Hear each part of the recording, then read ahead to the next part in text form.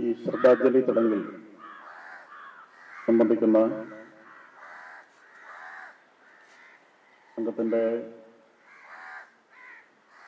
മാന്യ അധികാരിമാർ ശ്രീ ഗോപിയേട്ടൻ, സന്ത പ്രചാർ പ്രമുഖ ശ്രീ ബാലകൃഷ്ണൻ, ഈ നാടിന്റെ അരയ സമാജത്തിന്റെ ആദരണീയ അധ്യക്ഷൻ ശ്രീ കാശി, മറ്റ് കാര്യകർത്താക്കളെ, ഇവിടെ ചടങ്ങിൽ പങ്കെടുത്തുകൊണ്ടിരിക്കുന്ന സഹോദരി സഹോദരന്മാരെ, നമസ്കാരം. വളരെ വൈകാരികമായ, നീറുന്ന, വിങ്ങുന്ന, അതേസമയം തന്നെ അമർഷം നിറയുന്ന ഒരു ചടങ്ങിലാണ് നമ്മൾ സംബന്ധിച്ചുകൊണ്ടിരിക്കുന്നത്. പകമൂത്ത മതവെറിയന്മാർ നമ്മുടെ കൂട്ടത്തിൽ നിന്നും വെട്ടിയെറിഞ്ഞില്ലാതാക്കിയ 10 കൂടപ്പിറപ്പുകളെ കുറിച്ചുള്ള അനലരിയാത്ത ഓർമ്മകൾ അയവിറക്കിക്കൊണ്ടാണ് അവർക്ക് ശ്രദ്ധാഞ്ജലിയുടെ തിലോകതം സമർപ്പിക്കാൻ ഒരിക്കലും അവരെ മറക്കില്ലെന്ന് വീണ്ടും വീണ്ടും നെഞ്ചോട് ചേർക്കാൻ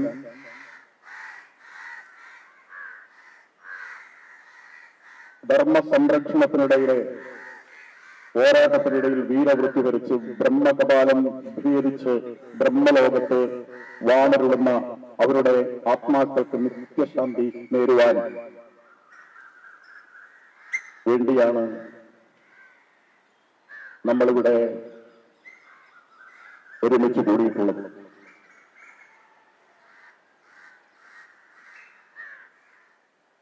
ആയിരത്തി 1921 മലബാറിൽ നടന്ന ഹിന്ദു വംശഹത്യയ്ക്ക് ശേഷം, ഇസ്ലാമിക കൊലയാളികൾ നടത്തിയ ഹിന്ദു വംശഹത്യയ്ക്ക് ശേഷം സ്വാതന്ത്ര്യാനന്തര കേരളത്തിൽ നടന്ന ഏറ്റവും വലിയ കൂട്ടക്കൊലയായിരുന്നു മാറാട് മെയ് 2-ന് 2002 നടന്നത്. അതിനു മുമ്പ് നമ്മുടെ 2 സഹോദരന്മാരെ അവർ കൊലക്കത്തിക്കിരയാക്കി. വളരെ നിസ്സാരമായ ചില പ്രശ്നങ്ങളുടെ പേരിൽ മുതിർന്ന നാട്ടുകാർ ഒരുമിച്ച് ചേർന്ന് പരിഹരിച്ച ഒരു പ്രശ്നത്തിന്റെ പേരിൽ മതവിഭാഗങ്ങളെ തമ്മിലടിപ്പിച്ച് നേട്ടം കൊയ്യാൻ കാത്തു നിൽക്കുന്ന, വിദേശത്ത് നിന്ന് ചാരപ്പണം പറ്റി നമ്മുടെ രാഷ്ട്രത്തിന്റെ ഐക്യവും അഖണ്ഡതയും ജനങ്ങൾക്കിടയിലെ സ്നേഹവും സൗഹാർദ്ദവും തകർക്കാൻ ശ്രമിക്കുന്ന ചിത്രശക്തികൾ, ഭീകര സംഘങ്ങൾ, അന്ന് NDF എന്നും ഇപ്പോൾ പേരുമാറ്റി പോപ്പുലർ ഫ്രണ്ട് എന്നും മാറി മാറി പേരിട്ടുകൊണ്ട് രാജ്യത്തെ സാമുദായിക സൗഹാർദ്ദം തകർത്തുകൊണ്ടിരിക്കുന്ന, രാഷ്ട്ര അഖണ്ഡത തകർത്തുകൊണ്ടിരിക്കുന്ന, പാകിസ്ഥാന്റെ ചാരക്കയ്യാളായി പ്രവർത്തിച്ചുകൊണ്ട് നമ്മുടെ നാടിനെ തകർത്തുകൊണ്ടിരിക്കുന്ന കൊലയാളി കൂട്ടങ്ങൾ തന്നെയാണ് അവരുടെ രക്ഷാധികാരി സ്ഥാനത്തുള്ള മതേതര മേളം കൊള്ളുന്ന രാഷ്ട്രീയക്കാരുടെ ആശീർവാദത്തോടും പിന്തുണയോടും ഒത്താശയോടും കൂടി ഈ കൂട്ടക്കുരുതി, ഈ മണപ്പുറത്ത് നടത്തിയത്. വളരെ അതിശയകരമായ കാര്യം,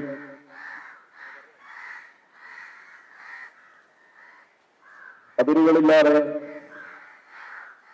ഒരു തരത്തിലുള്ള അതിരുകളില്ലാതെ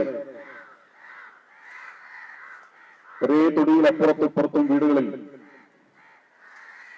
ഒരുമയോടെ കഴിഞ്ഞിരുന്ന,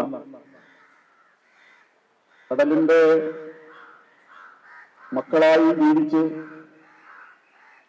വിശ്വാസങ്ങളും ആചാരങ്ങളും വ്യത്യസ്തമാണെങ്കിലും വളരെ സ്നേഹത്തോടുകൂടി കഴിഞ്ഞിരുന്ന ആളുകൾക്കിടയിലേക്കാണ് മതവറിയുടെ മസ്തിഷ്ക പ്രക്ഷാളനത്തിലൂടെ സ്വന്തം അയൽക്കാരെ ഇതുപോലെ വെട്ടിയെരിഞ്ഞു കൊല്ലാനും അങ്ങനെ വെട്ടിയെരിഞ്ഞു കൊല്ലണമെന്ന് കൂട്ടമായി തീരുമാനിക്കാനും അങ്ങനെ കൂട്ടമായി തീരുമാനിച്ച് മുൻകൂട്ടി എല്ലാവരെയും വിവരമറിയിച്ച് മാറേണ്ടവരെല്ലാം പെട്ടിയും ഭാണ്ഡവുമായി നേരത്തെ തന്നെ മാറി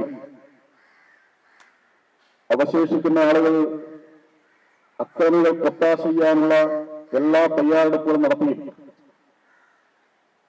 ആരാധനയ്ക്ക് വേണ്ടി ഉപയോഗിക്കുന്ന ആരാധനാലയത്തെ ആയുധപ്പുരയാക്കി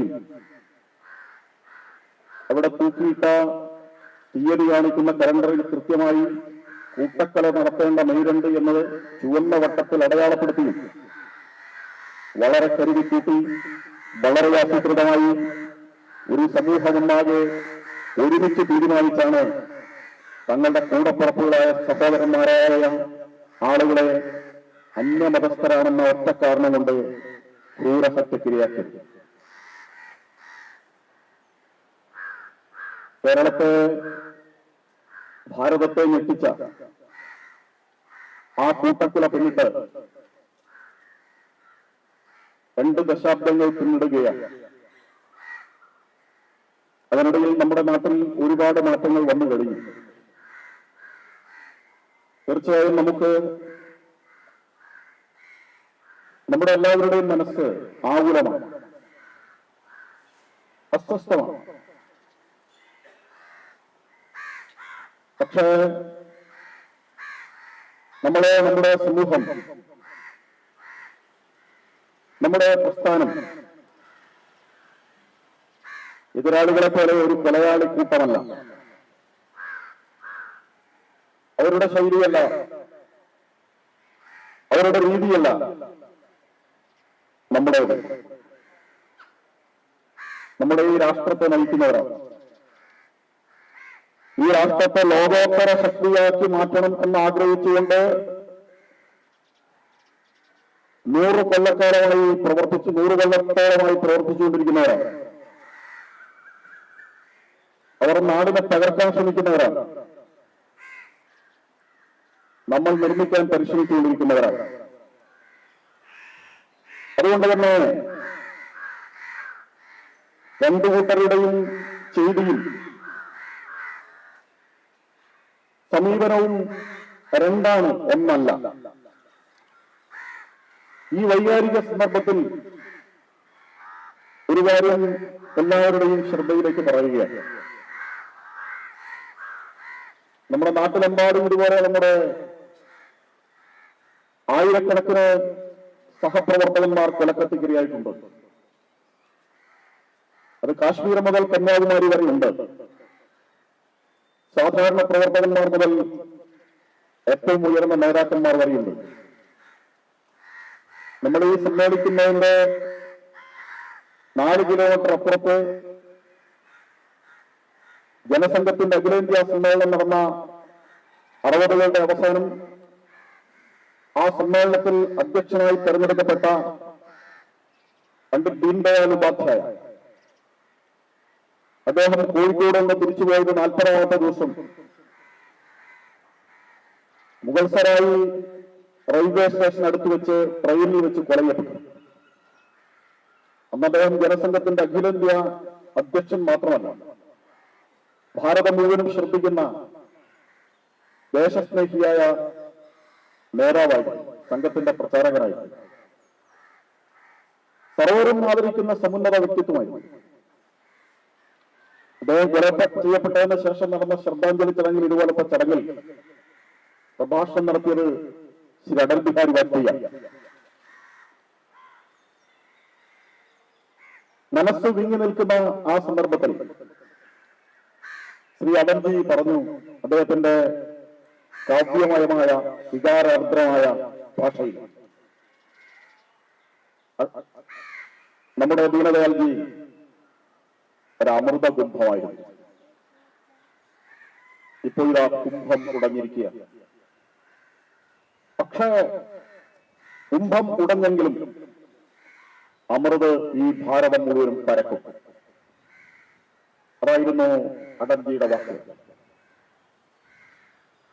ആ വാക്കുകളുടെ ദൃഢതയും അത് നൽകുന്ന പ്രത്യാശയും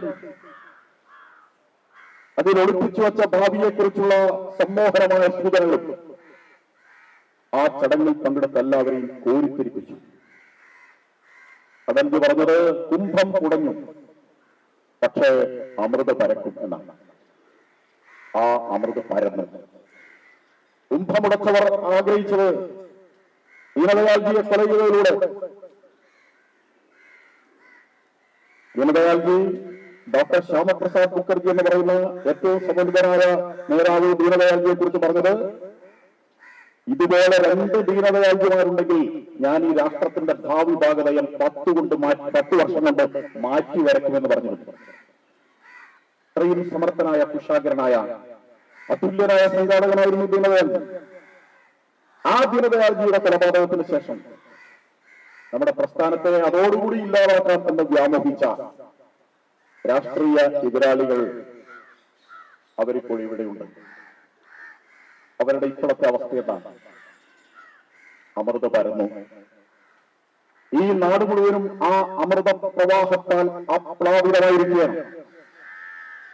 ഇന്ന് നമ്മുടെ രാഷ്ട്രം നേടിക്കൊണ്ടിരിക്കുന്ന പരിവർത്തനത്തിന്റെയും വിജയത്തിന്റെയും ലോകരംഗത്ത് നേടിക്കൊണ്ടിരിക്കുന്ന വിശ്രുതമായ മുന്നേറ്റത്തിന്റെയും എല്ലാം പുറകിൽ ദീനദയാൽജി മുതൽ മാറാട്ടെ നമ്മുടെ സ്വയം സേവകന്മാരുടെ, സഹോദരന്മാരുടെ ഉൾപ്പെടെയുള്ള ചോരയുടെയും ബലിദാനത്തിന്റെയും ത്യാഗത്തിന്റെയും ആത്മസമർപ്പണത്തിന്റെയും വലിയ വലിയ മുഹൂർത്തങ്ങൾ, സമർപ്പണങ്ങൾ ഉണ്ട്. 2017 ഒറ്റയ്ക്ക് ബിജെപിയെ അധികാരത്തിലെത്തിയ ജനങ്ങളെ അഭിവാദ്യം ചെയ്തുകൊണ്ട് നരേന്ദ്രമോദി സത്യപ്രതിജ്ഞയ്ക്ക് തലേന്ന് നടത്തിയ ഐതിഹാസികമായ റാലി അഭിസംബോധന ചെയ്തുകൊണ്ട് നടത്തിയ പ്രസംഗത്തിൽ ഞാൻ എന്റെ ഈ വിജയം, ഞങ്ങളുടെ പ്രസ്ഥാനത്തിന്റെ വിജയം കേരളത്തിലെ ബലിദാനികൾക്ക് വേണ്ടി സമർപ്പിക്കുന്നു എന്നാണ് പറഞ്ഞത്. അത് നമ്മുടെ ഈ ബലിദാനം, നമ്മുടെ സഹോദരന്മാരുടെ ബലിദാനം വെറുതെയായില്ല എന്നും അതാരും പറക്കുന്നില്ല എന്നും എല്ലാവരുടെയും മനസ്സിലതുണ്ട് എന്നും കാലത്തിനോ മറ്റേതെങ്കിലും തരത്തിലുള്ള വിസ്മൃതികൾക്കോ മൂടാനാകാത്ത വിധത്തിലുള്ള തേജോമയമായ ഒന്നായി ഈ ബലിദാനങ്ങളെ നമ്മുടെ പ്രസ്ഥാനം, അതിലെ ഏറ്റവും ചെറിയ പ്രവർത്തകന്മാർ മുതൽ ഏറ്റവും ഉന്നതന്മാരായിട്ടുള്ള മഹാരഥന്മാരായ ആളുകൾ വരെ അവരുടെ ജീവിതത്തിലെ ഏറ്റവും വൈകാരികമായ, ഏറ്റവും പ്രധാനപ്പെട്ട മുഹൂർത്തത്തിൽ പോലും ഓർമ്മിക്കത്തക്ക രീതിയിലുള്ള ഒന്നായി ഈ ബലിദാനം ഇന്നും നമ്മുടെ സമൂഹം വാഴ്ത്തുന്നുണ്ട് എന്നതും വളരെ അഭിമാനകരമായ കാര്യമാണ്.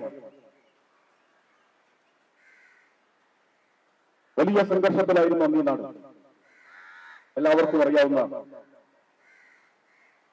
നമ്മുടെ സഹോദരന്മാർ തിരുവനന്തപുരം മുതൽ കാസർഗോഡ് വരെയുള്ള മേഖലകളിൽ എന്തും സംഭവിക്കാവുന്ന അന്നത്തെ സാഹചര്യത്തിൽ, സ്ഫോടനാത്മകമായ അന്നത്തെ സാഹചര്യത്തിൽ എന്താണ് നമ്മൾ എടുത്ത നിലപാട്? നമ്മളെപ്പോഴും ആക്ഷേപിക്കുന്നു ചില ആളുകൾ, നമ്മള് വർഗീയവാദികളാണ്, നമ്മൾ മുസ്ലിം വിരുദ്ധന്മാരാണ്, നമ്മൾ ന്യൂനപക്ഷങ്ങൾ ഇല്ലായ്മ ചെയ്യുന്നവരാണ്, നമ്മൾ അവർക്കെതിരായിട്ട് നീങ്ങുകയാണ് എന്ന വായ്ക്കാരി ഇപ്പോഴും മുഴങ്ങുന്നുണ്ട്. പക്ഷെ നമ്മുടെ ഏറ്റവും എതിരാളിയായി കഴിഞ്ഞ 40 വർഷക്കാലമായി നമുക്കെതിരായിട്ട് മാധ്യമങ്ങളിലൂടെ വിഷം ചീറ്റുന്ന ഒരാളുടെ ഈ കോഴിക്കോട്, അയാൾ ഇതിനിടെ ഒരു ചാനൽ ചർച്ചയിൽ പറഞ്ഞു, മാറാട് സംഭവം നടന്ന അന്ന് RSS അണികളെ നിയന്ത്രിച്ചില്ലായിരുന്നെങ്കിൽ കോഴിക്കോടും കേരളവും കത്തുമായിരുന്നു. അക്കാര്യത്തിൽ എല്ലാവരും അവരെ അഭിനന്ദിച്ചേ മതിയാവുന്നു. പറഞ്ഞത് ഓർത്തുള്ള അയാളുടെ നാവിൽ നിന്ന് നമ്മുടെ പ്രസ്ഥാനത്തിന് അനുകൂലമായി ഇതുവരെ ഒരു വാക്കുണ്ടായിട്ടില്ല.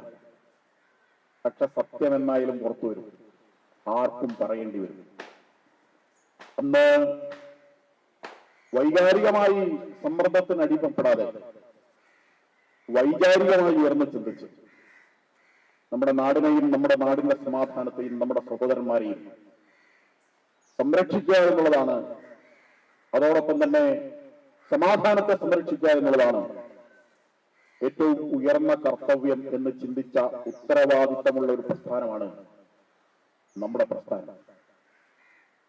നിയമവഴികളിലൂടെ പോരാട്ടം നടത്തി സർക്കാരുകളോട് എന്താണ് ആവശ്യം എന്നതിനെക്കുറിച്ച് ശക്തമായ വാദമുഖങ്ങൾ ഉയർത്തി കേരളത്തെ മുഴുവനും ഈ ജിഹാദി കൂട്ടങ്ങൾക്കെതിരായിട്ടുള്ള മുന്നണിയിൽ സമരനിരകളിൽ കോർത്തുകെട്ടി. കാസർഗോഡ് മുതൽ തിരുവനന്തപുരം വരെ ആ കാലഘട്ടത്തിൽ നടന്ന വലിയ ജനമുന്നേറ്റം ഉന്മനം നടത്തിയ ആ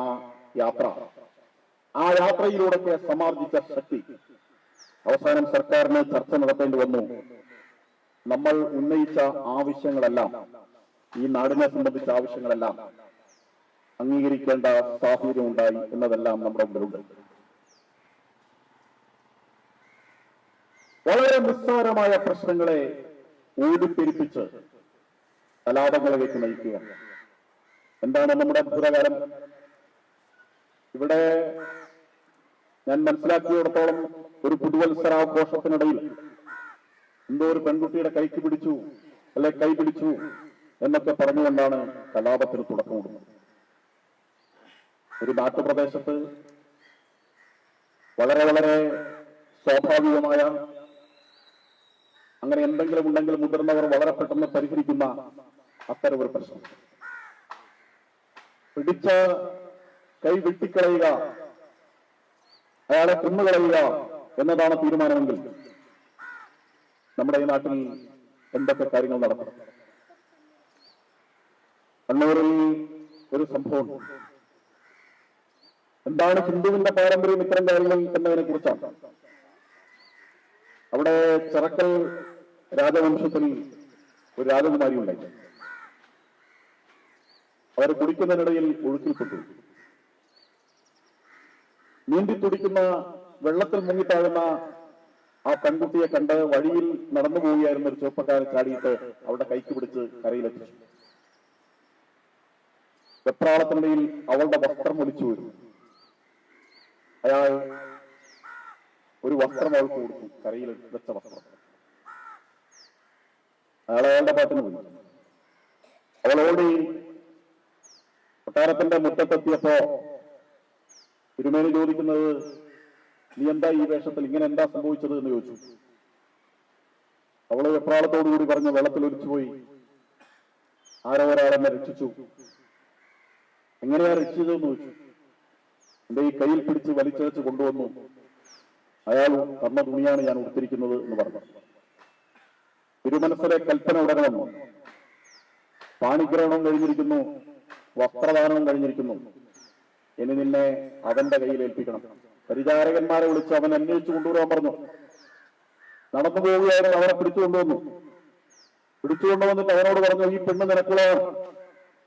അമ്മദ് എന്ന് പറയുന്ന ആ ചെറുപ്പക്കാരന്റെ കയ്യിലേക്ക് ഈ രാജകുമാരി ഏൽപ്പിച്ചു കൊടുത്തു. 1000 പകോട സ്വർണവും 1000 ഏക്കർ സ്ഥലവും എഴുതി കൊടുത്തു. കൊട്ടാരം പണിയാനുള്ള വസ്തുവകൾ ഈ കൊട്ടാരത്തിൽ നിന്ന് ഉത്തരവോടുകൂടി അവിടെ എത്തിച്ചു. അങ്ങനെ ഉണ്ടായ രാജവംശത്തിന്റെ പേരാണ് അറക്കൽ രാജവംശം എന്ന്. ചിറക്കൽ രാജവംശത്തിലെ ഒരു പെൺകുട്ടിയെ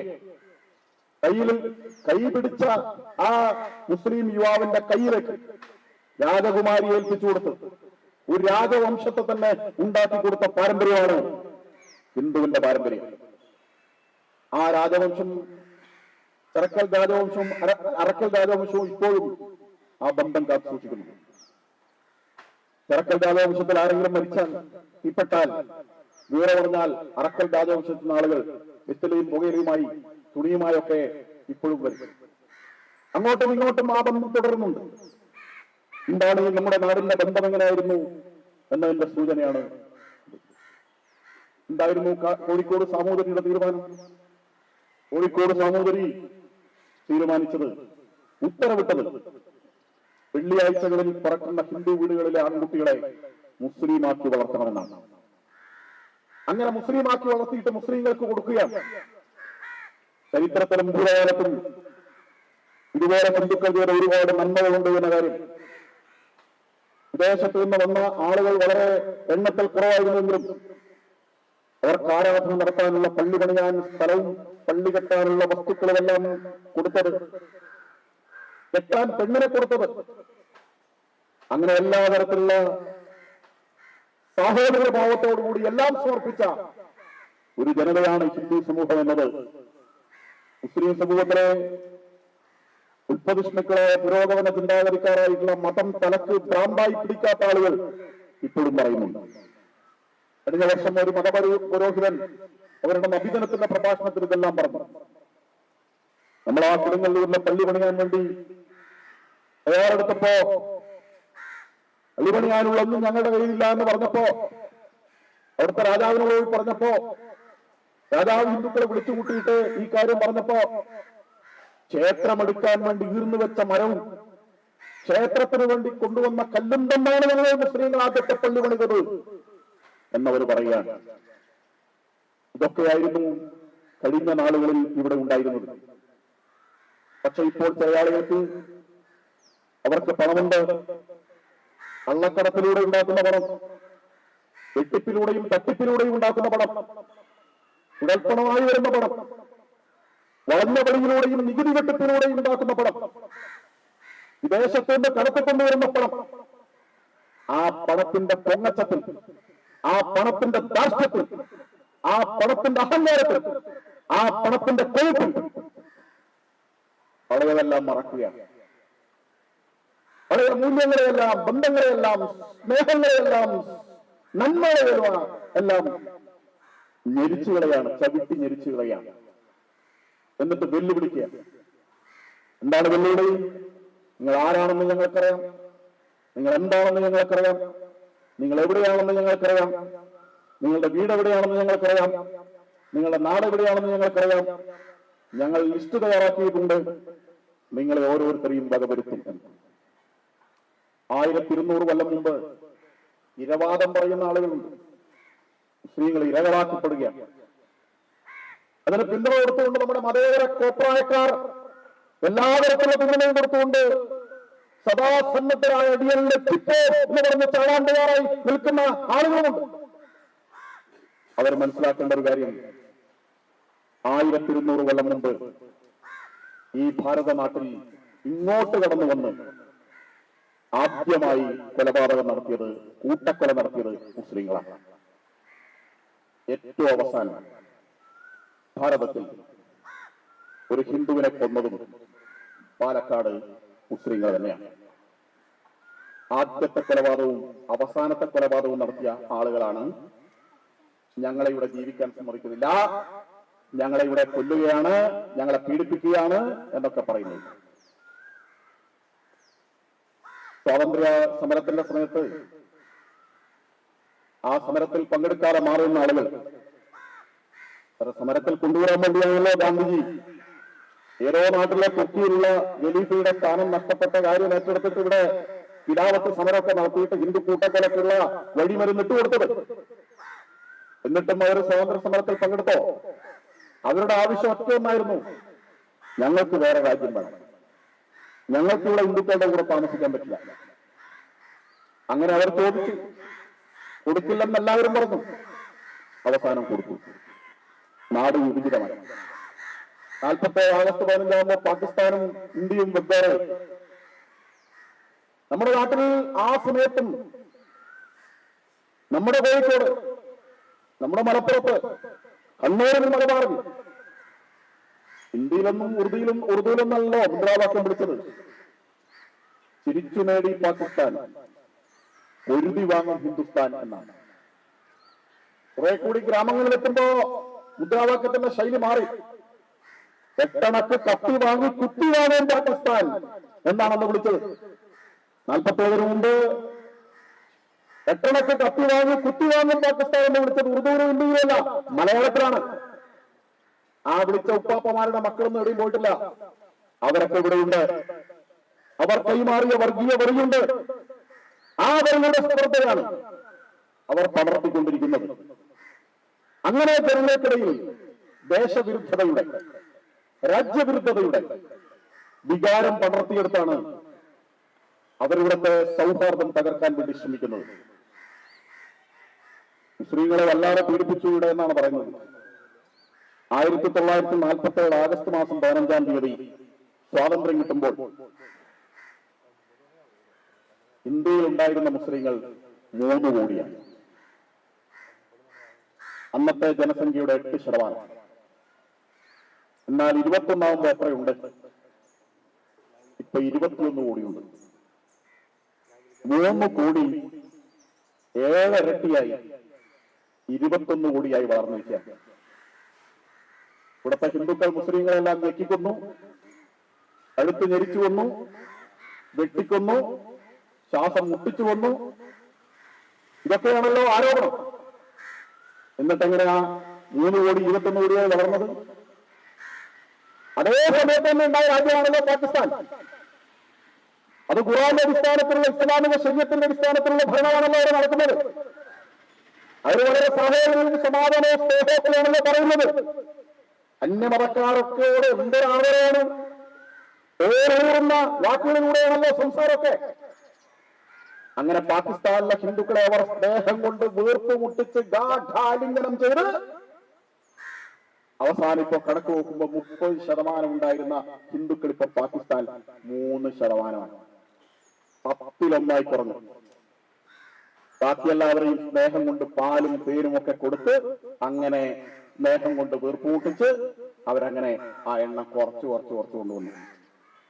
അവർ സ്നേഹിച്ചാണ് ഇതൊക്കെ ചെയ്ത്. അവർ വേറെ ഏത് തരത്തിലും ബുദ്ധിമുട്ടിക്കൊന്നുമില്ല. പക്ഷെ അവരുടെ ഹിന്ദുവിന്റെ കണക്ക് ഓരോ വർഷം കഴിയുമ്പോഴും കുറഞ്ഞു വരികയാണ്. ഇപ്പൊ 3% താഴെയാണ്. പാകിസ്ഥാനിലാണെങ്കിലും പിന്നീട് വിപരീതമായ ബംഗ്ലാദേശിലാണെങ്കിലും അതാണ് അവസ്ഥ. കണക്കുകൾ സ്വയം സംസാരിക്കും. എന്താണ് മുസ്ലിങ്ങളുടെ ഹിന്ദുക്കളോടുള്ള നിലപാട്? എന്താണ് ഹിന്ദുക്കളുടെ മുസ്ലിങ്ങളുടെ നിലപാട്? കണക്കുകൾ സംസാരിക്കും. ആ കണക്കുകൾ വെച്ച് പറയൂ.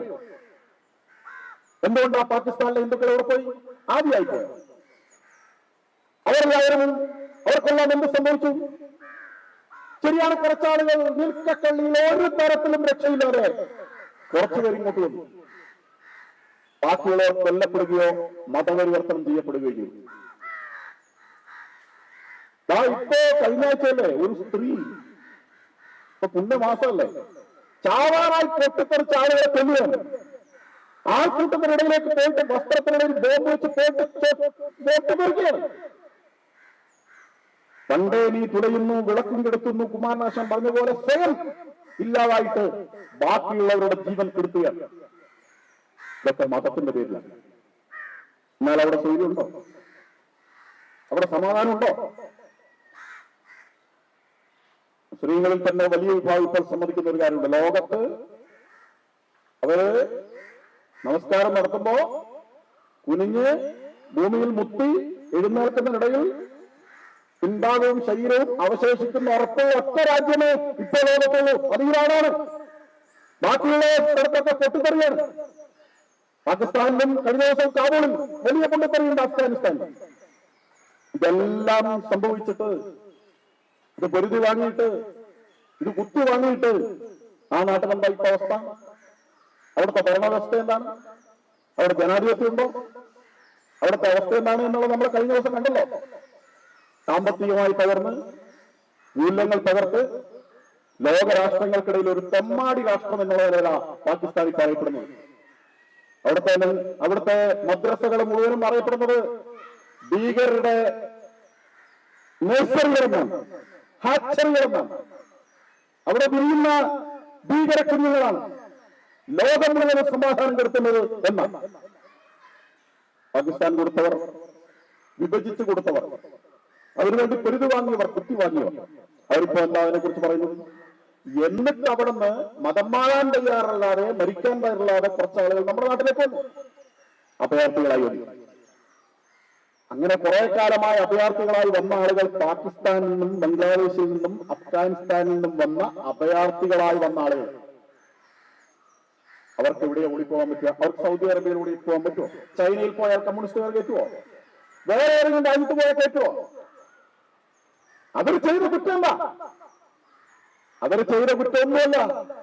47 ആഗസ്റ്റ് മാസം 15-ാം തീയതി ഒരു വര ഡൽഹിയിൽ നിന്നിങ്ങനെ വരയ്ക്കുന്നുണ്ട് എന്നും ആ ഒരു അപ്പുറത്തുള്ള പാകിസ്ഥാനിലും ഇപ്പുറത്തുള്ള ഇന്ത്യയിലാണെന്നും അവരറിയില്ലല്ലോ.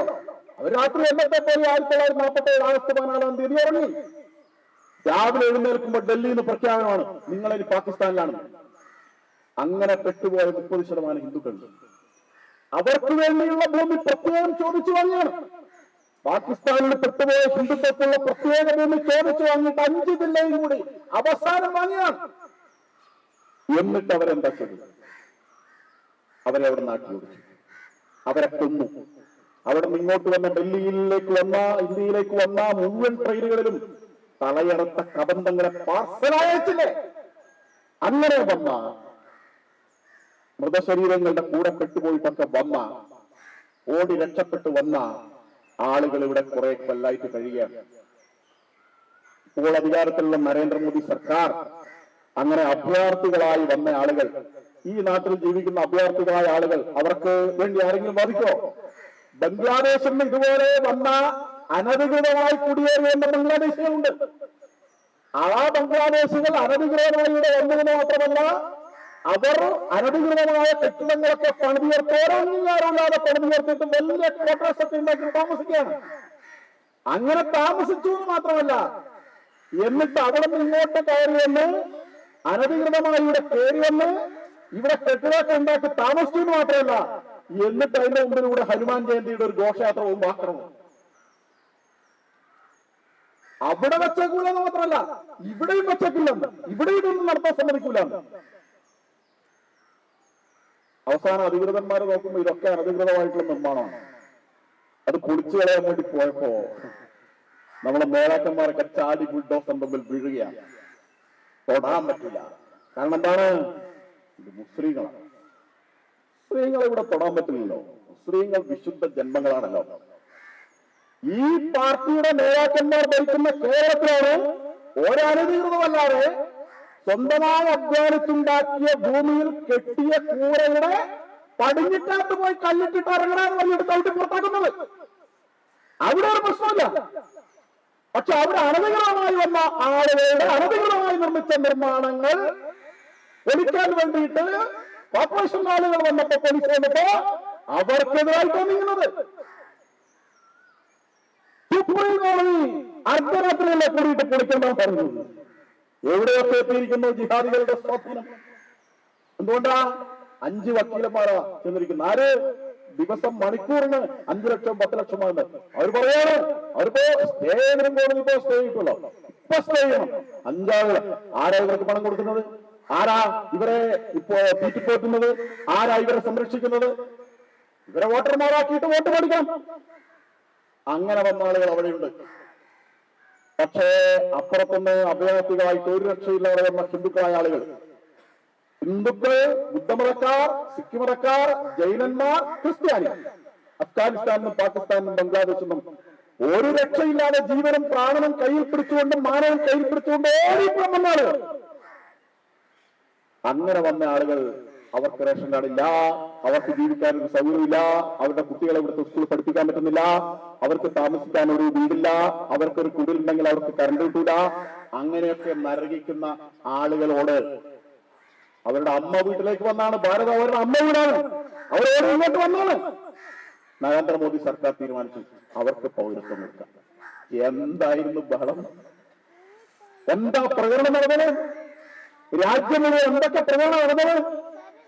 ഇങ്ങനെ അഭയാർത്ഥികളായി ആട്ടിയോടിക്കപ്പെട്ട് ഇവിടെ വന്ന പൗരന്മാർക്ക് പൗരത്വം കൊടുക്കാനുണ്ടാക്കിയ നിയമം ഇവിടുത്തെ മുസ്ലിങ്ങളെ മുഴുവൻ നാടുകടത്താനാണ്, പാകിസ്ഥാനിലേക്ക് കൊണ്ടുപോകാനാണ്.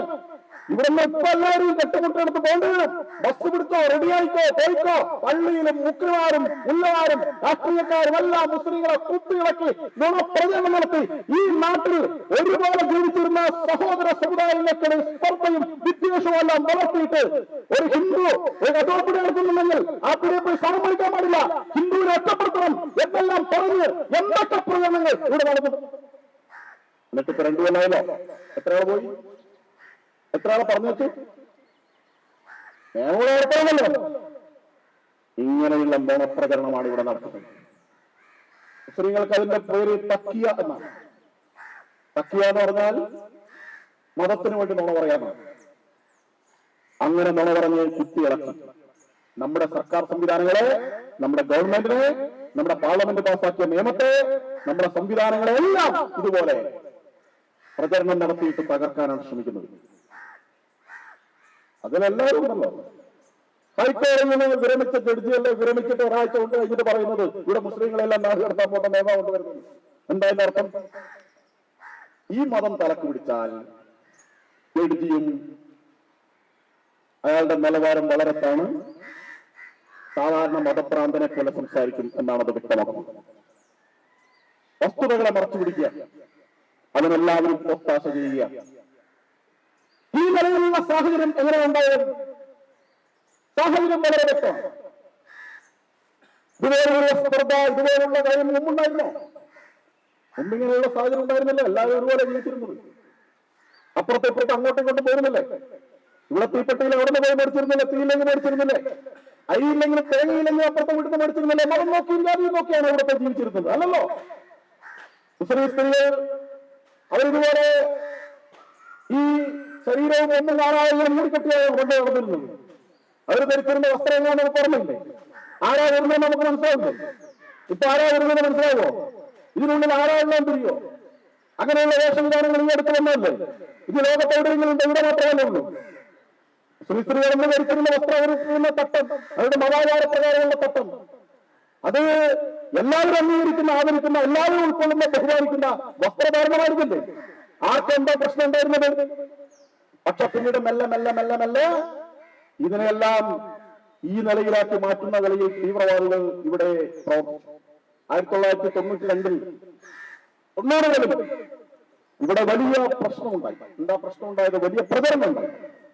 ആ പ്രചരണം അയോധ്യയെ സംബന്ധിച്ച പ്രചരണമാണ്. നമ്മുടെ നാട്ടുകാരൻ തന്നെയായ തൊട്ടടുത്തുള്ള പേരമ്പക്കാരനായിട്ടുള്ള KK മുഹമ്മദ് എന്ന ഒരു മുസൽമാൻ, അദ്ദേഹം ഒരു പുസ്തകം എഴുതി. ഞാനെന്ന ഭാരതീയൻ എന്നാണ് ആ പുസ്തകത്തിന്റെ പേര്.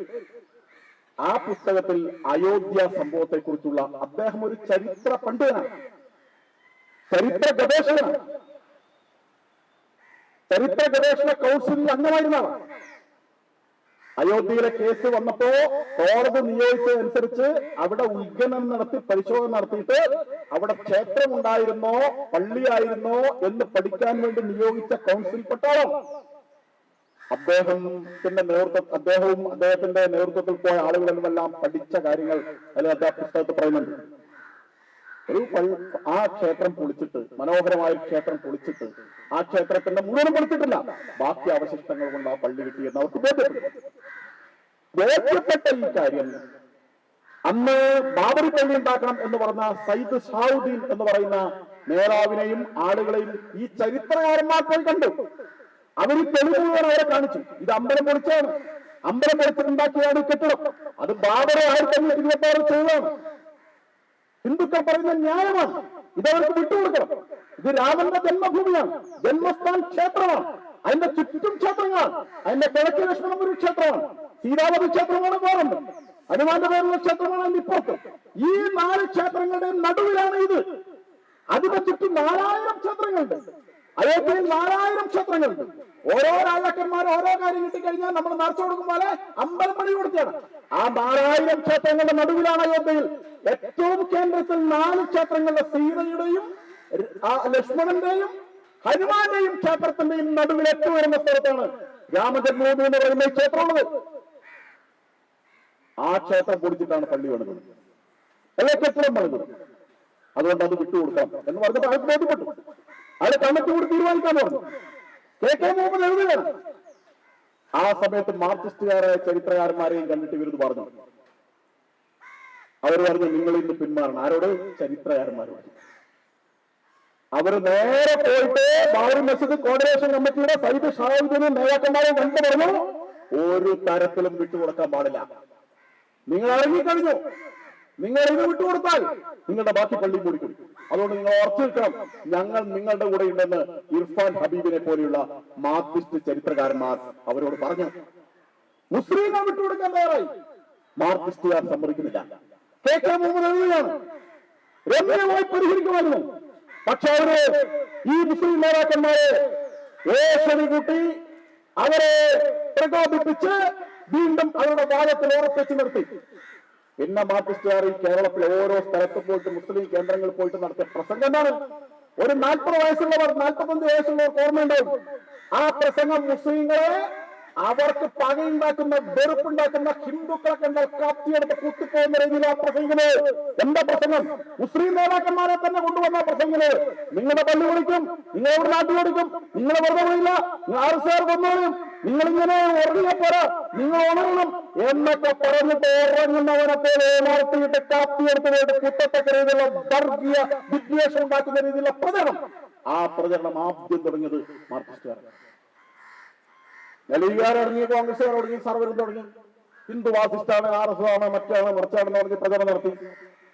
അങ്ങനെ മുസ്ലിങ്ങൾ ശാന്തരായി കഴിഞ്ഞിരുന്ന മുസ്ലിങ്ങൾ, ഒരുമയോടെ കഴിഞ്ഞിരുന്ന മുസ്ലിങ്ങൾ അവരിൽ വർഗീയ വിദ്വേഷം ഉണ്ടാക്കിയിട്ട് അവരെ വാളെടുപ്പിച്ചത്, കൊലപാതകവും കൂട്ടക്കുരുതിയും നടത്തത്തക്ക രീതിയിൽ അവരെ മാറ്റിയത് ഇന്ത്യയുടെ തീവ്രവാദി സംഘങ്ങൾക്ക്, പോപ്പുലർ ഫ്രണ്ട് പോലുള്ള സംഘങ്ങൾക്ക്, NDF പോലുള്ള സംഘങ്ങൾക്ക് മാർക്സിസ്റ്റുകാർ ഉൾമറിച്ച മണ്ണിലാണ് അവർ കൊണ്ടുവന്ന് വിത്തിട്ടത്. വർഗീയതയുടെ വിത്ത്, തീവ്രവാദത്തിന്റെ വിത്ത്. ആ വിത്താണ് വിഷവിത്താണ് ഇപ്പോ തളച്ച് വളർന്ന് ഈ അവസ്ഥയിലേക്ക് ചേർന്നിരിക്കുന്നത്. അതുകൊണ്ട് ഇങ്ങനെ ഈ കേരളത്തെ മാറ്റിയതിൽ, ഈ കൂട്ടക്കുരുതി നടത്തുന്നതിന്, തീവ്രവാദികൾക്ക് ആയുധം കൊടുത്തതിൽ അതിന് മാർക്സിസ്റ്റ് പാർട്ടിക്ക്, ഇപ്പൊ ഭരിക്കുന്ന പാർട്ടിക്ക് വലിയ അവർക്ക് ഏറ്റവും അവസാനം ചെയ്തിരിക്കുന്ന ഇന്നലെ രാവിലെ PC ജോർജിനെ അറസ്റ്റ് ചെയ്തു. PC ജോർജ് അവിടെ അനന്തപുരിയിലെ ഹിന്ദു സമ്മേളനം നടക്കുക. 5 ദിവസമായ സമ്മേളനം. ഞാൻ ഇന്നലെ ആ സമ്മേളനത്തിന്റെ സമാപന പരിപാടിയിൽ രാത്രി പങ്കെടുത്തു. അവർ ആയിരക്കണക്കിന് ആളുകൾ പങ്കെടുത്ത് സത്യാനന്ദ സരസ്വതി സ്വാമികൾ ജീവിച്ചിരുന്ന കാലത്ത് അദ്ദേഹം തുടങ്ങി വെച്ച സമ്മേളനം എത്രയോ വർഷമായിട്ട് നടക്കുന്നതാണ്. ആ സമ്മേളനത്തിൽ 5 ദിവസം നടക്കുന്ന സമ്മേളനമാണ്. 10-40 വിഷയങ്ങൾ ചർച്ച ചെയ്യുന്ന സമ്മേളനമാണ്. ഇപ്രാവശ്യം വളരെ പ്രധാനപ്പെട്ട ചില അതിഥികൾ വന്നു. അതിൽ വിവേക് അഗ്നിഹോത്രി എന്ന് പറഞ്ഞ ആൾ, അദ്ദേഹമാണ് കാശ്മീർ ഫയൽസ് എന്ന സിനിമ എടുത്തത്. ആ സമുദായം പറഞ്ഞ് കാശ്മീരിൽ എന്താ നടന്നത് എന്നുള്ളത് കൃത്യമായിട്ട് അവിടെ പറഞ്ഞു.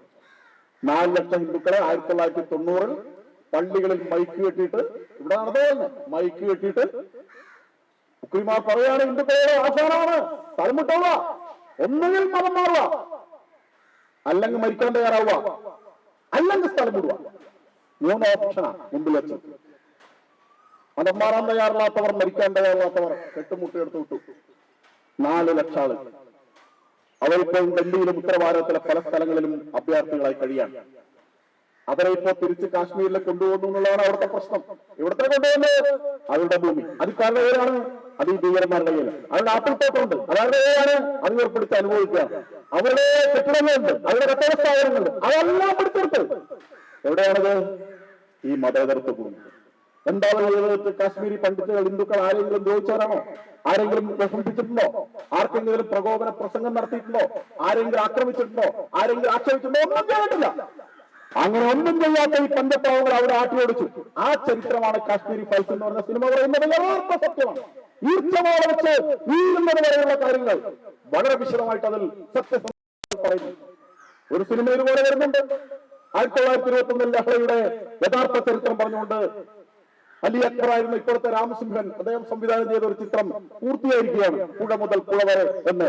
1921 ഇവിടെ എന്താണ് ഹിന്ദുക്കൾക്ക് നേരെ നടന്നതെന്ന് ആ സിനിമ പറയും. ആ സിനിമ ചിത്രീകരണം പൂർത്തിയാക്കി പ്രദർശനത്തിന് ഒരുങ്ങിയാണ്. ഇങ്ങനെ ചില സിനിമകളും കൂടി വരുന്നുണ്ട്. ഗോത്രയെ കുറിച്ചുള്ള സിനിമ വരുന്നുണ്ട്. പണ്ടിങ്ങനെയുള്ള സിനിമ എടുത്തിട്ടുണ്ടെങ്കിൽ അയാളെ കൊല്ലുമായിരുന്നു. അതിന് പ്രദർശനാനുമതി കിട്ടില്ലായിരുന്നു. ഇപ്പൊ സത്യം സത്യമായി അവതരിപ്പിക്കട്ടെ, ജനങ്ങൾ മനസ്സിലാക്കട്ടെ എന്ന ചിന്ത ഇപ്പോ ഉള്ള ഗവൺമെന്റ് ഈ രാജ്യം ഭരിക്കുന്നത്. അതുകൊണ്ട് ഇതെല്ലാം പുറത്തിറങ്ങും. എന്താണ് ചരിത്രം എന്ന് ആളുകൾ മനസ്സിലാക്കട്ടെ, എന്താണ് നുണപ്രചരണം നടത്തിയിരുന്ന ആളുകൾ മനസ്സിലാക്കട്ടെ. അങ്ങനെയാണ് ഏറായാലും ഇങ്ങനെയുള്ള നുണപ്രചരണങ്ങൾ നടത്തിയാണ് ഇവിടെ വർഗീയതയുടെ വിളതലമാക്കി മാറ്റിയത്. PC ജോർജിനെ അറസ്റ്റ് ചെയ്തത് എന്താണ്? അദ്ദേഹം വർഗീയ വിദ്വേഷം ഉണ്ടാക്കുന്ന രീതിയിൽ പ്രസംഗിച്ചു. ഞാൻ എല്ലാവർക്കും ഇപ്പൊ സോഷ്യൽ മീഡിയയിലും കൈകാര്യം ചെയ്യുന്ന ആളുകളല്ലേ, ഓരോരുത്തരും എന്തൊക്കെ പ്രസംഗം ഇവിടെ നടത്തിയെന്ന്. കഴിഞ്ഞ ക്രിസ്മസിന്റെ തലേന്ന് ഒരു മുസ്ലിം മതപണ്ഡിതൻ പ്രസംഗിക്കുകയാണ്, യേശു ക്രിസ്തു പിഴച്ചു പെറ്റുണ്ടായവനാണ്, പിഴച്ചു പെറ്റുണ്ടായവന്റെ ജന്മദിനമാണ് ക്രിസ്മസ് എന്ന്. ലോകത്തെമ്പാടുമുള്ള കോടിക്കണക്കിന് ആളുകളുടെ ആരാധ്യമൂർത്തിയായ യേശുദേവനെ കുറിച്ച് പിഴച്ചു പെട്ടവനാണ് എന്ന് പ്രസംഗിച്ചിട്ട് ക്രിസ്ത്യൻ സംഘടനയുടെ കാസയുടെ സംസ്ഥാന അധ്യക്ഷൻ കെവിൻ പീറ്റർ 31/12/2021 2021 എറണാകുളത്തെ പോലീസ് സ്റ്റേഷനിൽ കേസ് കൊടുത്തു. ക്രിസ്തു പഴച്ചു പറ്റവനാണെന്ന് എത്ര ആക്ഷേപകരമായ കാര്യം നടത്തി ഒരു അന്വേഷണം നടത്തി 5 മാസമായി ഒരന്വേഷണമില്ല. ഇപ്പോൾ ആ മറവണ്ടിയൻ എന്ന് പറയപ്പെടുന്ന ആള് അയാളിപ്പം പ്രസംഗിച്ച് നടക്കുകയാണ്. അയാൾ വിട്ടു പോയോ? വളർച്ചക്ക് അറസ്റ്റ് ചെയ്യാൻ പോയോ? ഇല്ല. എന്തുകൊണ്ടാ? അയാൾ അൽക്കാസീം എന്ന് പറഞ്ഞ ആളാണ്. അൽക്കാസീം എന്ന് പറഞ്ഞതുകൊണ്ട് അയാൾക്കെതിരെ നടപടിയില്ല. ജോർജ് ആണല്ലോ, ജോർജിനെതിരെയും ശശികലക്കെതിരായിട്ടും അതുപോലെ തന്നെ കുമ്മനത്തിനെതിരായിട്ടൊക്കെ കേസെടുക്കുന്നതിന് എന്താ പ്രശ്നം? ഇവിടെ മുസ്ലിങ്ങൾക്ക് പ്രത്യേക പരിരക്ഷ. തിരുവനന്തപുരത്ത് ഒരു രാജ്യസഭാ എം പി ഉണ്ട്, അയാൾക്ക് 3 ജാമ്യമില്ലാത്ത അറസ്റ്റ് വാറണ്ട്. അയാൾ തിരുവനന്തപുരത്ത് തേരാപ്പാര നടക്കുകയാണ്. അയാൾ അറസ്റ്റ് ചെയ്യോ? ഇല്ല. എന്തുകൊണ്ടാണ്? അയാളുടെ പേര് റഹീം. റഹീമിനെ അറസ്റ്റ് ചെയ്യില്ല, ജോർജിനെ അറസ്റ്റ് ചെയ്യും. അതാണ് ഇവിടുത്തെ നീതി. അപ്പൊ ഇത്തരം ഒരുപാട് വിദ്വേഷകരമായ പ്രസംഗം നടത്തിയ ആളുകളുടെ ആര്യ അക്ബറുണ്ട്, MM അക്ബർ. ആ MM അക്ബർ ക്രിസ്ത്യാനികളെ കുറിച്ചും ഹിന്ദുക്കളെ കുറിച്ചും പറഞ്ഞ കാര്യങ്ങൾ വളരെ നടുക്കുളമാക്കുന്ന പ്രചരണം കേരളം മുഴുവൻ നടത്തി. ഒരു മുജാഹിദ് ബാലുശ്ശേരി ഉണ്ടല്ലോ, എല്ലാവരും കേൾക്കാറുണ്ടല്ലോ. അയാളെന്താ പറഞ്ഞത്? ക്ഷേത്രങ്ങൾക്ക് സംഭാവന കൊടുക്കാൻ പാടില്ല. അയാളുടെ പ്രസംഗം. നിങ്ങൾ വ്യഭിചാരശാലക്ക് കൊടുത്തോളൂ, നിങ്ങളെ മദ്യശാല ഉണ്ടാക്കാൻ കൊടുത്തോ, അമ്പലത്തിന് വേണ്ടി കൊടുക്കാൻ പാടില്ല. അമ്പലം എത്ര മോശം! അമ്പലം വ്യഭിചാരശാലയെക്കാളും അതുപോലെ തന്നെ ബാറിനേക്കാളൊക്കെ മോശമായ സ്ഥലമാണ് അമ്പലമെന്ന് പരസ്യ പ്രസംഗം നടത്തി പ്രചരണം നടത്തിയിട്ട് എന്തൊക്കെ കേസ് കൊടുത്തിട്ട് എടുത്തോ, അറസ്റ്റ് ചെയ്തോ? ഒന്നുമില്ലല്ലോ. അപ്പോൾ അതൊക്കെ പോയി ചോദിക്കുമെന്ന് നമ്മളോട് പറയുന്നത് അതിവിടെ ആവിഷ്കാര സ്വാതന്ത്ര്യമാണ്, അഭിപ്രായ സ്വാതന്ത്ര്യമാണ്, അതൊക്കെ പറഞ്ഞോട്ടെ. സോഷ്യൽ മീഡിയയിൽ അങ്ങനെ പലതും വരും. നമ്മൾക്ക് അതിനെല്ലാം നടപടിയെടുക്കാൻ പോയാൽ എന്താ ചെയ്യാൻ പറ്റും? അപ്പൊ PC ജോർജ് എന്ന് പറഞ്ഞാൽ കാരണം എന്താണ്? അത് പറഞ്ഞിരിക്കുന്നത് PC ജോർജ് സമൂഹ മധ്യത്തിലും സമൂഹ മാധ്യമങ്ങളിലുള്ള പല കാര്യങ്ങളാണ് പറഞ്ഞത്, ചർച്ച ചെയ്യപ്പെടുന്ന കാര്യങ്ങളാണ് പറഞ്ഞത്. 2 സമുദായങ്ങളുടെ, ക്രൈസ്തവ ഹിന്ദു സമുദായങ്ങളുടെ ആശങ്കയാണ്. ആ ആശങ്ക പ്രകടിപ്പിച്ചു. പക്ഷെ അയാൾ അറസ്റ്റ് ചെയ്യും. ഇതാണ് ഇവിടെ നീതി. ഇത് ഇറക്ക നീതിയാണ്. ഒറ്റക്കണ്ണിലൂടെ കാര്യം കാണുകയാണ്. വർഗീയവാദികളെ പീഡിപ്പിക്കുക, വോട്ട് ബാങ്കിന് വേണ്ടിയാണ് ഇതൊക്കെ ചെയ്യുന്നത്. ഇതാണ് ഇവിടെ തീവ്രവാദികൾ വളർത്തുന്നത്. ഇതാണ് അവരുടെ ലിസ്റ്റ്. അതുകൊണ്ടാണ് അവർ ലിസ്റ്റിട്ട് ആളുകളെ കൊന്നാലും ഒരു തരത്തിലുള്ള ഒരു ഭയവുമില്ലാതെ അവർ വീണ്ടും വീണ്ടും ആക്രമിക്കുന്നു. അവിടെ എന്താ? ഒരു പള്ളിയിലെ ഇമാമാണ് കൊലയാളികളെ പരിശീലിപ്പിച്ചത്, അവർക്ക് വേണ്ട സൗകര്യങ്ങളെല്ലാം ചെയ്തു കൊടുത്തത്. സഞ്ജിത്തിനെ കൊന്ന പ്രതികൾ പോയി ഒളിച്ചതും ഇപ്പോ ശ്രീനിവാസനെ കൊന്ന പ്രതികൾ പോയി ഒളിച്ചതും ഒരേ പള്ളിയിലാണ്. ആരാധനാലയങ്ങൾ ഇതുപോലെ ഉപയോഗിക്കുക. ആരാധനാലയം കൊലയാളികൾക്കുള്ള അഭയകേന്ദ്രമായി, രക്ഷാകേന്ദ്രമായി മാറുകയാണ്. അതാണ് ഈ കേരളത്തിൽ സംഭവിച്ചുകൊണ്ടിരിക്കുന്ന മാറാട്ട പോലെ. മാറാട്ട സംഭവം ഒറ്റപ്പെട്ടതല്ല, വ്യാപകമാണ്. അതുകൊണ്ട് നമ്മൾ ജാഗ്രത പാലിക്കേണ്ടിയിരിക്കുന്നു. ലിസ്റ്റെടുത്ത് ഹിന്ദുക്കളെ കൊല്ലാൻ വീട്ടിൽ വരും, കടയിൽ വരും എന്നാണ് പറയുന്നത്.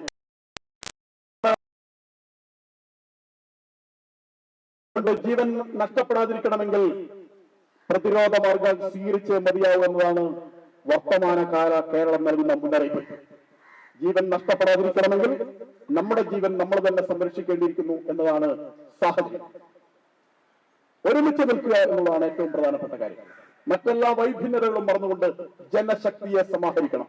കരുത്തോടുകൂടി ഭാരതത്തിലെ മറ്റു സംസ്ഥാനങ്ങളിൽ ഭീകരവാദികൾ എന്ത് കരയടിച്ചിട്ടും അവർക്ക് വിജയിക്കാൻ സാധിക്കുന്നില്ല. ഇവിടെ ജനശക്തി ഐക്യം ഇല്ലാത്തതുകൊണ്ടാണ്, ഹൈന്ദവ ഐക്യം ഇല്ലാത്തതുകൊണ്ടാണ് ഈ പ്രശ്നം ഉണ്ടാകുന്നത്. നമ്മുടെ രാഷ്ട്രീയത്തിന്റെ പേരിലും ജാതിയുടെ പേരിലും പലതിന്റെ പേരിലും ഭിന്നിച്ചു നിൽക്കുന്നു എന്നുള്ളതാണ് പ്രശ്നം. ഒരുമിച്ച് നിന്നാൽ ആ കരുത്തിനെ വെല്ലാൻ ഒരു കൊലയാളി സംഘത്തിനും സാധ്യമല്ല, ഒരു കൊലയാളി കൂട്ടങ്ങൾക്ക് സാധ്യമല്ല, ഒരു വെല്ലുവിളിക്കും നമ്മളെ കീഴടക്കാൻ സാധ്യമല്ല. അങ്ങനെ ഒരുമിച്ച് നിൽക്കാൻ തയ്യാറാകണം എന്നുള്ളതാണ് മാറാട് ബലിദാനികളുടെ ഈ സ്മൃതി ദിനത്തിൽ നമ്മൾ ഉൾക്കൊള്ളേണ്ട സന്ദേശം. ബലിദാനികൾ ധർമ്മത്തിനു വേണ്ടി വീരമൃത്യു വരിച്ചവരാണ്. ആയിരക്കണക്കിന് ആളുകൾ അങ്ങനെ വീരമൃത്യു വരിച്ചിട്ടുണ്ട്. അവർ അമര സ്വർഗം നേടിക്കഴിഞ്ഞിരിക്കുക. നമ്മുടെ മഹത്തായ ധർമ്മത്തിനു വേണ്ടിയാണ് അവർ പ്രിയപ്പെട്ട അവരുടെ പ്രാണൻ ത്യജിച്ചത്.